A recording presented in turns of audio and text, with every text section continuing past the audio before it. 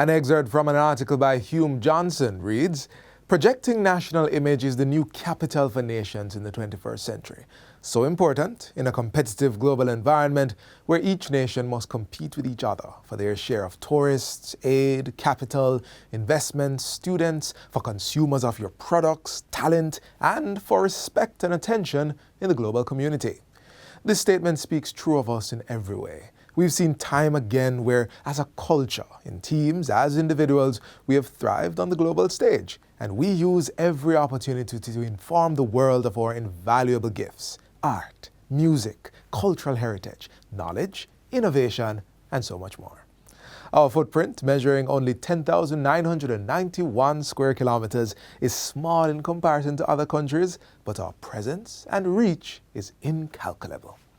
This is Jamaica Magazine. I'm your host, Theodore Henry. Let's get into today's show.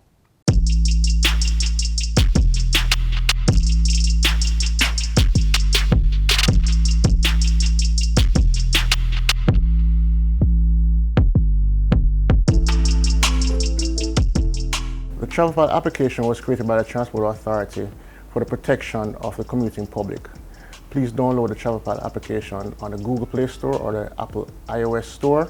Once you download the application, put in your phone number, register the application under your phone number, and then you'll be able to verify the license plate that you're going in.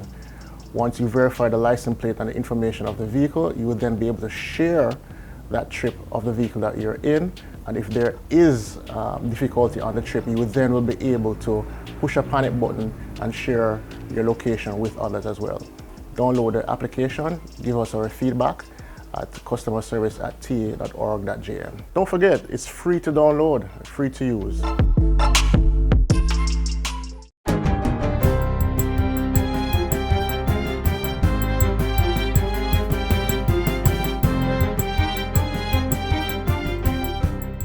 Good day, I'm Lorraine Mendez, and this is your JIS News for Tuesday, July 5.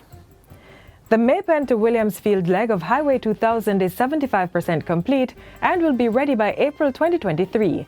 That's the word from Prime Minister Andrew Holness as he toured the roadway, which is part of the Southern Coastal Highway Improvement Project. During Friday's tour, Mr. Holness expressed satisfaction with the progress being made on the project.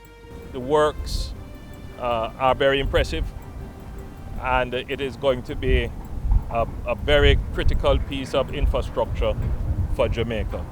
It will certainly help to reduce travel time and improve efficiency and comfort of the commuting public all over. Mr. Holness says the roadway will not only relieve traffic congestion on existing roads, but will also bolster government's development plans for Manchester and Clarendon. The extension of Highway 2000 is being built by China Harbour Engineering Company under the supervision of the National Road Operating and Constructing Company Limited. Meanwhile, Prime Minister Holness has announced plans to address the Spurtree Hill roadway in Manchester. Mr. Holness says government will concretise the plans for Spurtree Hill immediately following the completion of the Maypen to Williamsfield leg of Highway 2000 in 2023. The corridor that feeds communities in Manchester, St. Elizabeth and Westmoreland is infamous for traffic congestion and road crashes. The plans are being considered. There are differing perspectives as to whether or not we should go on the south coast or continue on the existing alignment. Those decisions will be made shortly. Prime Minister Andrew Holness is imploring Jamaicans not to turn a blind eye to violent behavior from family members. He's also urging citizens to seek early police intervention in family disputes, as well as incidents of violence and abuse within the home. Don't accept it as normal, and allow the courts and the law to take its course on people who use violence. Because if you give them an opportunity to escape accountability for the use of a lower threshold of violence, then don't believe that they will think that they have been given a reprieve and they will reform. They could easily escalate because of the view that there is no consequence for them if they use violence. Mr. Holness made the appeal Friday as he visited the family of 31-year-old Kamisha Wright and her 4 children who were killed during a domestic dispute on June 21. While he pledged government's full support to the bereaved family, the Prime Minister used the occasion to urge families to find alternative methods to corporal punishment when disciplining children. According to Mr. Holness, studies show that children often internalize violence and use it as a conflict resolution tool, and in so doing, perpetuate the cycle of violence. The Prime Minister urged community-based groups, the church and other entities to provide counseling and support for families experiencing domestic and interpersonal violence. Middle Quarters in St. Elizabeth is the latest community to benefit from free public Wi-Fi under the Universal Service Fund Community Wi-Fi program. The secured hotspot was launched on Friday and will allow residents, including students, to connect to the high-speed service. The initiative forms part of government's thrust to provide internet access to 189 underserved and unserved communities across Jamaica. More than 100 such facilities have already been installed. Speaking at the ceremony, Minister without portfolio in the Office of the Prime Minister, Floyd Green, said the government is committed to making Jamaica digitally inclusive, and one such means is through the provision of universal access to the internet. The reality is that the government is on a mission. And that mission is to provide access to the internet to all people. The sanitation block at the Lethe Primary and Infant School in St. James is being rehabilitated by the Jamaica Social Investment Fund, JSIF. Ground broke recently for the work, which is being undertaken under the Integrated Community Development Project Phase 2 at a cost of $12.5 million. The scope of work includes the upgrading of restroom amenities, roof repair, and the building of water storage tank bases.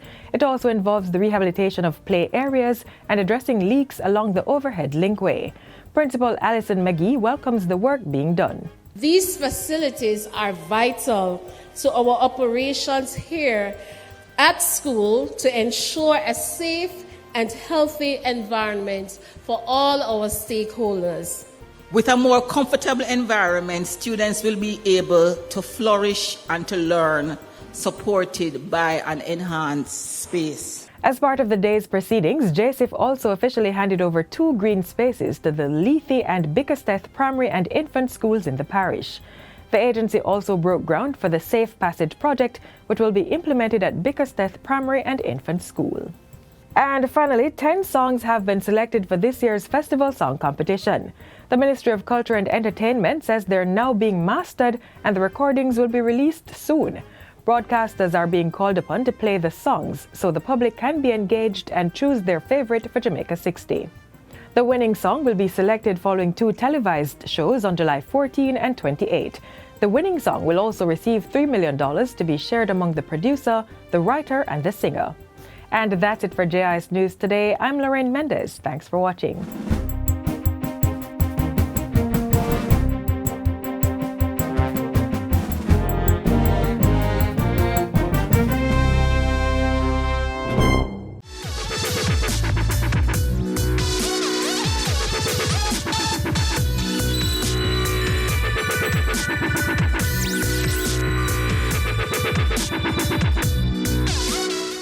Prime Minister Andrew Holness holds the second highest office in the country.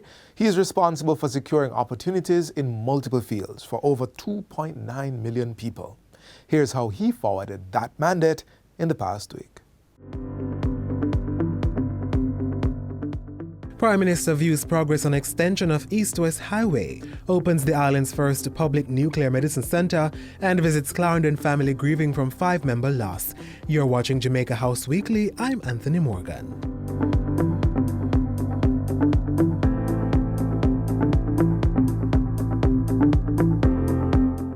Prime Minister Andrew Holness was on hand Wednesday for the official reopening of the island's first and only nuclear medical science facility. The center, based at the University Hospital of the West Indies, was closed in 2002. Mr. Holness told the gathering that the re-establishment of the facility will play a vital role in the public health system. This through improved diagnosis and management of non-communicable diseases such as cancers and cardiac diseases, which account for half of all the deaths recorded in Latin America and the Caribbean. Nuclear medicine enables the early diagnosis and treatment of cardiac conditions and cancer, which can mean the difference between life and death. The facility that we are opening today is an important component of any modern health service. The service will now be available locally within the public health care system, and this means that patients will be able to get this up-to-date, modern service at a fraction of the cost when compared to that offered overseas. This facility will benefit our citizens and those in the wider Caribbean. The reopened nuclear medicine facility is a collaborative effort of the University Hospital and the University of the West Indies, as well as the Planning Institute of Jamaica, Ministry of Health and Wellness, and the International Atomic Energy Agency. So far, the project is 75% complete, and it is on track to be completed by the first quarter, the end of the first quarter in 2023.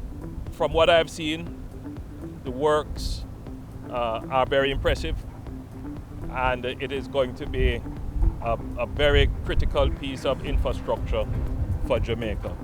It will certainly help to reduce travel time and improve efficiency and comfort of the commuting public all over. Prime Minister Andrew Holness Friday, following a tour of the section of the East-West Highway, which will link Maypen in Clarendon to Williamsfield in Manchester.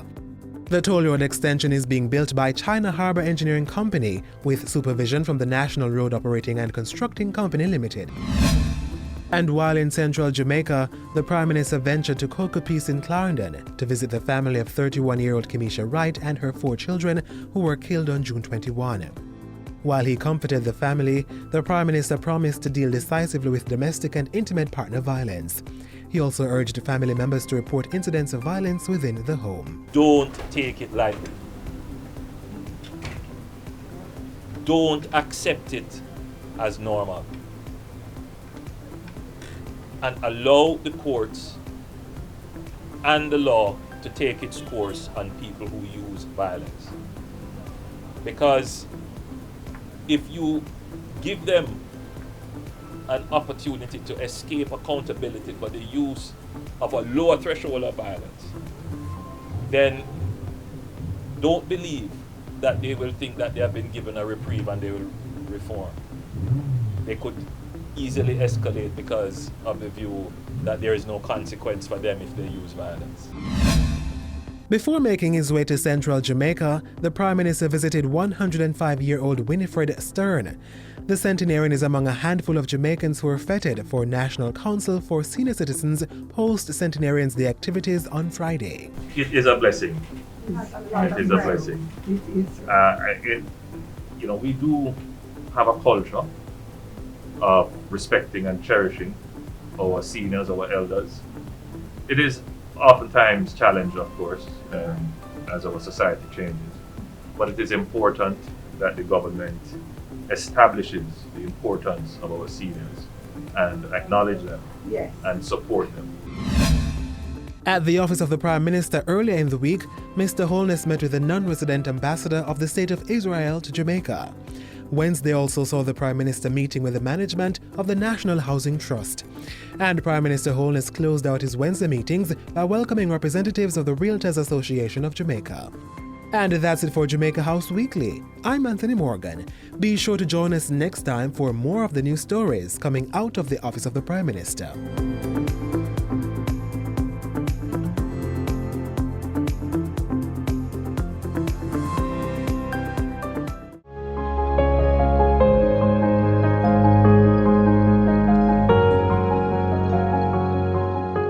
Was chocolate milk invented in Jamaica?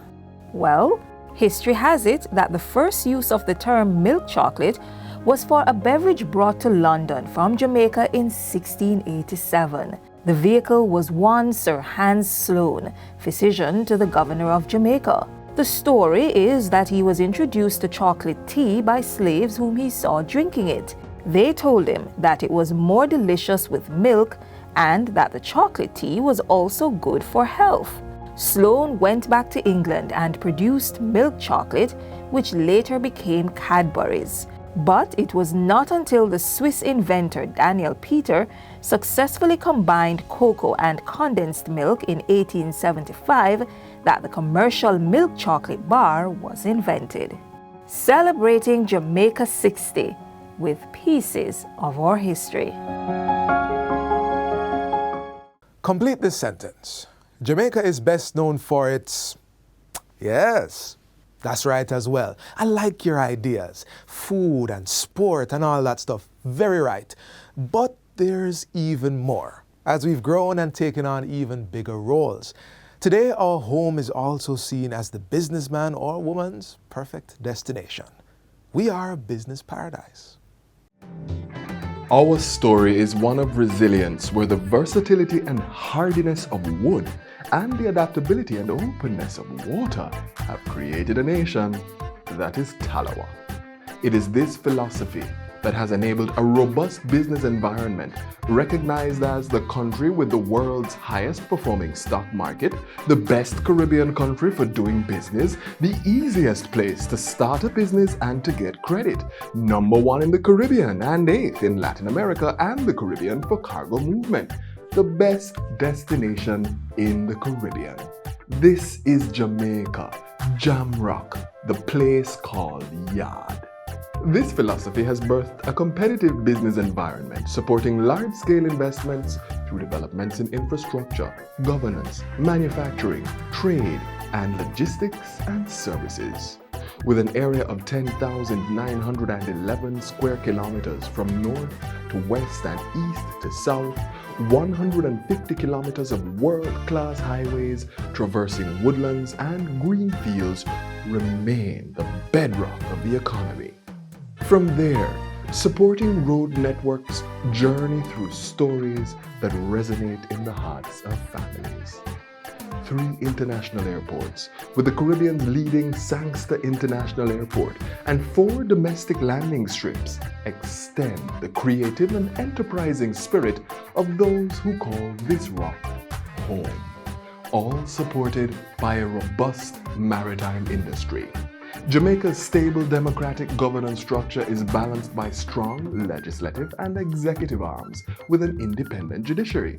This system facilitates numerous trade and bilateral partnerships that have generated over $6 billion United States dollars in foreign direct investment, or FDI, over the past 10 years.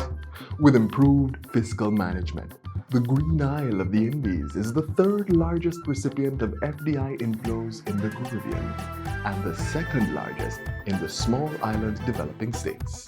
The country remains a prime manufacturing hub.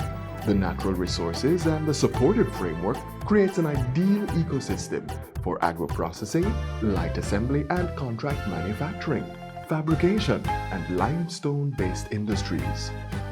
Homegrown conglomerates including Grace Kennedy, Continental Baking Company Limited, Jamaica Producers Group Limited and Red Stripe are several of the brands recognized internationally for excellence.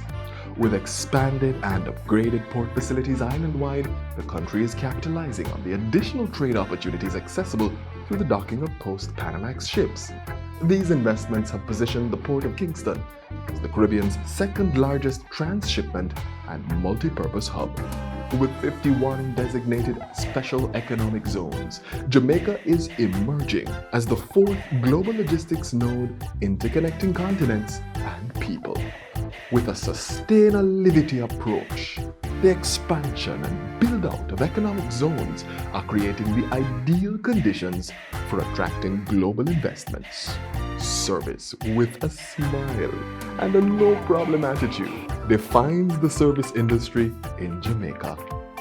This sector contributes to over 2/3 of the country's gross domestic product, thus asserting the industry as a key growth area.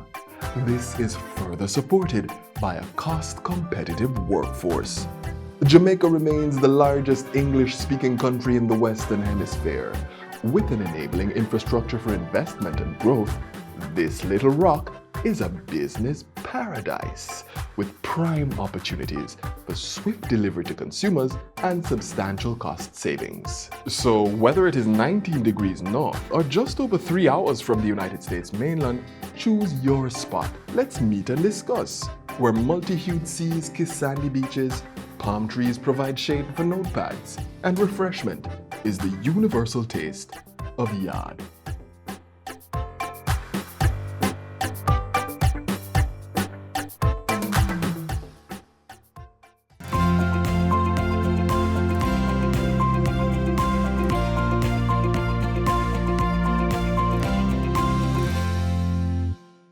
As said earlier, we have been sharing ourselves with and impacting the world on multiple stages, proving that our abilities are immeasurable. A perfect example is our very own Olive Senior, who has been capturing and crafting literary pieces influenced by her interests, imagination, interaction, and observations. More about her and her work in this next presentation.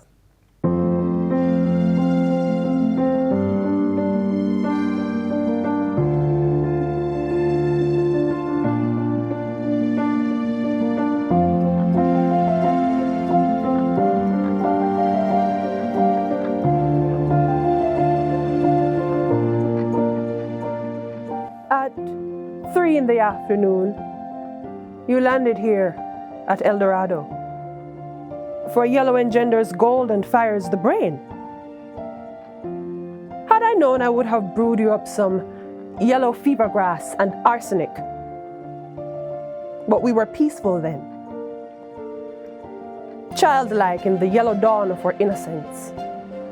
So in exchange for a string of islands and 2 continents, you gave us a string of beads and some hawk's bells.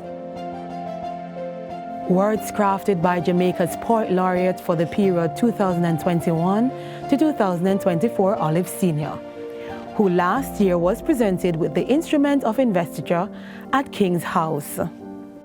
The Poet Laureate of Jamaica program is a signature program of the National Library of Jamaica.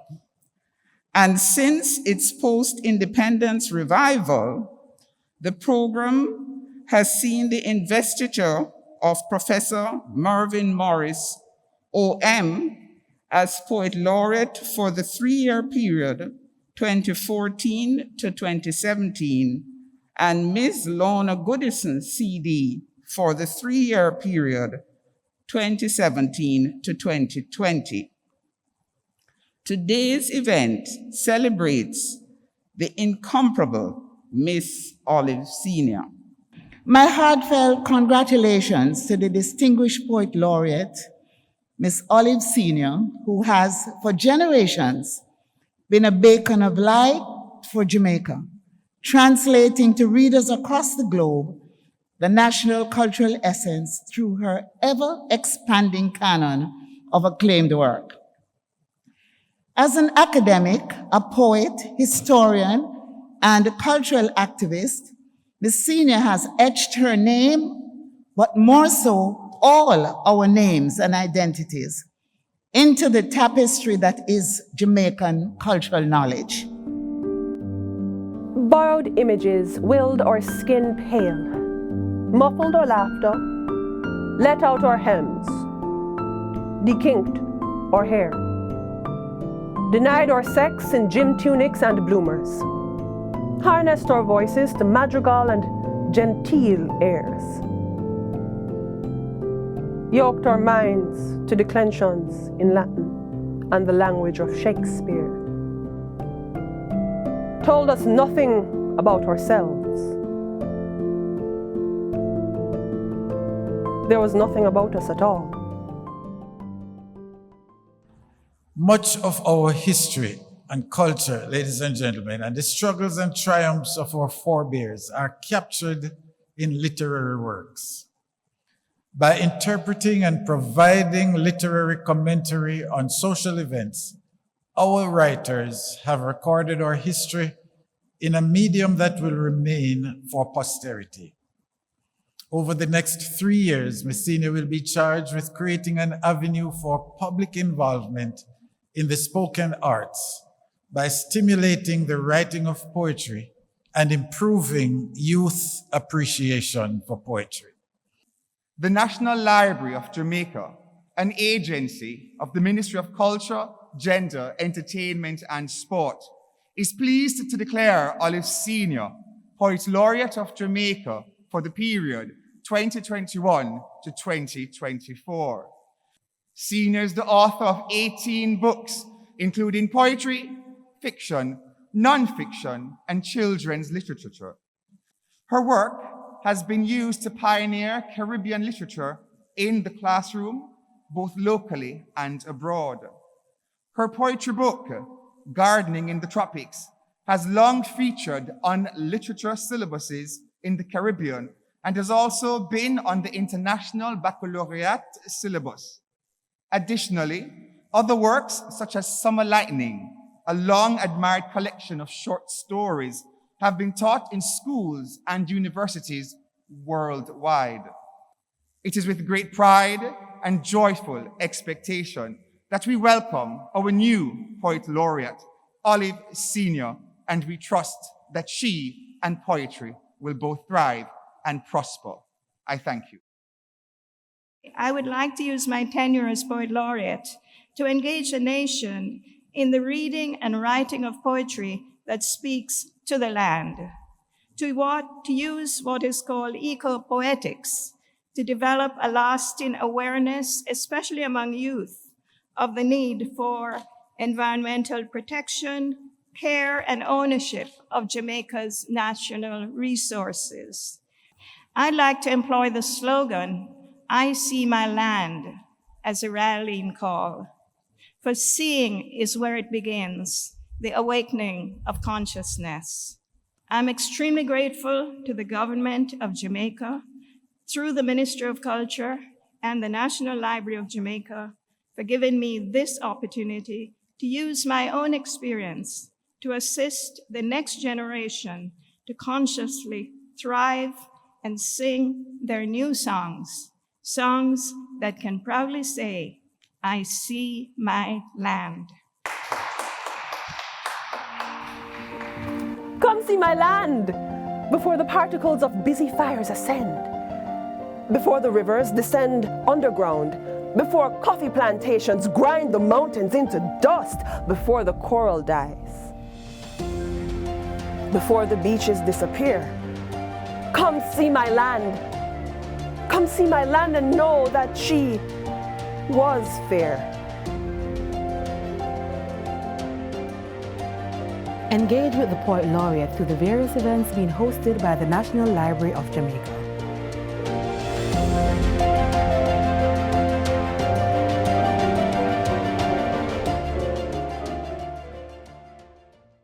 What a way you're full of our roots and culture. That was in Jamaica 60.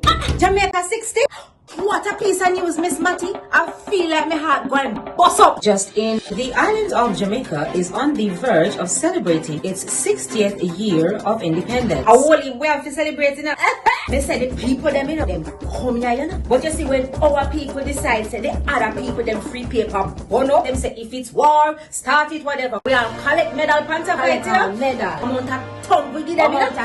The celebrations are slated to begin on January 1st, 2022. Organized by the Ministry of Culture, Gender, Entertainment and Sport. We have more in this report. I am on site and planning activities are ablaze. Persons are advised to download the Reggae Jamaica app to know what it pre. Activities for the Jamaica 60 celebration. I forgot to download the app to get the updates then.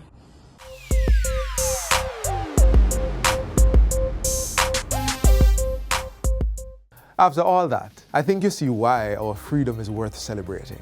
We are culture, we are people, we are personalities.